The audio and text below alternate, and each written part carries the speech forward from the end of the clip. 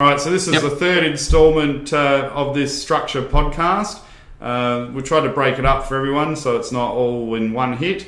Enjoy listening in, and thanks for joining in, Paul. Thanks again, Rick, and everyone for having me here today, and hopefully we can sort of guide them along the path for property investment and the structures, and that they haven't dropped out after the first two sessions. And thanks for listening into that part of the podcast. There'll be another bit coming, and if this is the last section, we'll have one on self-managed super funds next. Thank you. It's there to a diagram included. Paul, you kindly gave me a nice diagram last year. It's a bit messy to put on here in relation to self-managed super funds, but anyone that's listening that's interested in it, contact Paul or myself, and I'd be happy to pass that on. But as you can see here, individual. The average tax rate for most people, let's say, is 38%. Capital gains discount, yes, you get it. Company, 30%, no access to capital gains discount. Self-managed super funds, 15%, and you do get access to the capital gains discount in the self-managed super fund. And if done right, self-managed super fund can be a worthwhile structure for people, but again, it's not something you want to jump into, and you do want to get some expert opinions on it. I just brought up this slide too in relation to structures, the retirement game. I guess the thing I want to point out here is I'm still finding a lot of people are caught up in I want the age pension. I just want to highlight to you guys, and it might have gone up a little bit since I made this slide last year. We're looking at about $17,000 for the age pension. Now, I just want to ask everyone that's listening in or watching the webinar, is $17,000 really enough for you to retire on? If you have $100,000 in super and you're living off $17,000 a year in the age pension, is that really going to be sustainable to you? And going forward from a New Vision perspective, where our slogan is creating a wealthier you, we really want to sort of encourage and challenge everybody to really look at that and go, well, actually, no, I need more, and let's not rely on the age pension because, I don't know, Paul, young whippersnapper like yourself, might not even be around when you get to a retirement age. Absolutely. They're already talking about reducing it. Yeah. So, I mean, that's something that people need to talk about.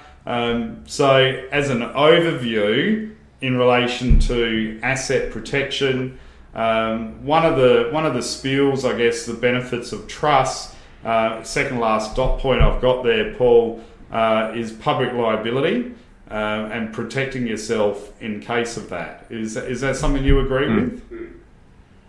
Absolutely. I think all of those people need to look at them in their various stages of life and also the various stages of assets and property portfolio as they build it up. They need to look at all of those. Yeah. The other bits that I've got there, look at your insurances, so your income insurance, your TPD, your life insurance. Yes, they're boring conversations, I get that. No one likes talking about insurances. Hence the reason financial planners don't call it insurance anymore, they call it asset protection. But at the end of the day, these insurance come into play because if something happens to you and you've built this portfolio and you've got ongoing commitments to it, well, these insurances can protect your portfolio and not require you to sell down. And if you have an unfortunate event which puts financial pressure on you, it could cause you to bypass the original strategy you created, which could force your hand and could maybe potentially incur losses instead of gains. Absolutely. Now, that was pretty much it for the slides, Paul, but what other information did you have, mate? Well, I think we've sort of covered it pretty much, and the main thing is before people do get into the property investment side is to certainly take proper advice as to the structures that they intend to use from a good financial planner, mortgage broker, etc. And then the same before they even then, once they've sorted that out, before they go to sign a contract, again, they need to have that contract checked to make sure that we've got the right structure in place for them. Otherwise, there could be implications for stamp duty situations with it, which, of course, you want to avoid. Absolutely. And of course, contact Asset Conveyancing. Yes, and if you need assets details, give me a call, and I'm more than happy to pass them on. We've gone a half an hour, so I reckon that's a pretty fair effort, Paul. Fantastic, Rick, and once again, thanks for having me on here, and to everyone for listening, hope you learned something. No dramas, and I reckon maybe we'll do the self-managed super fund next. I think there'll be a bit of interest for people. Correct.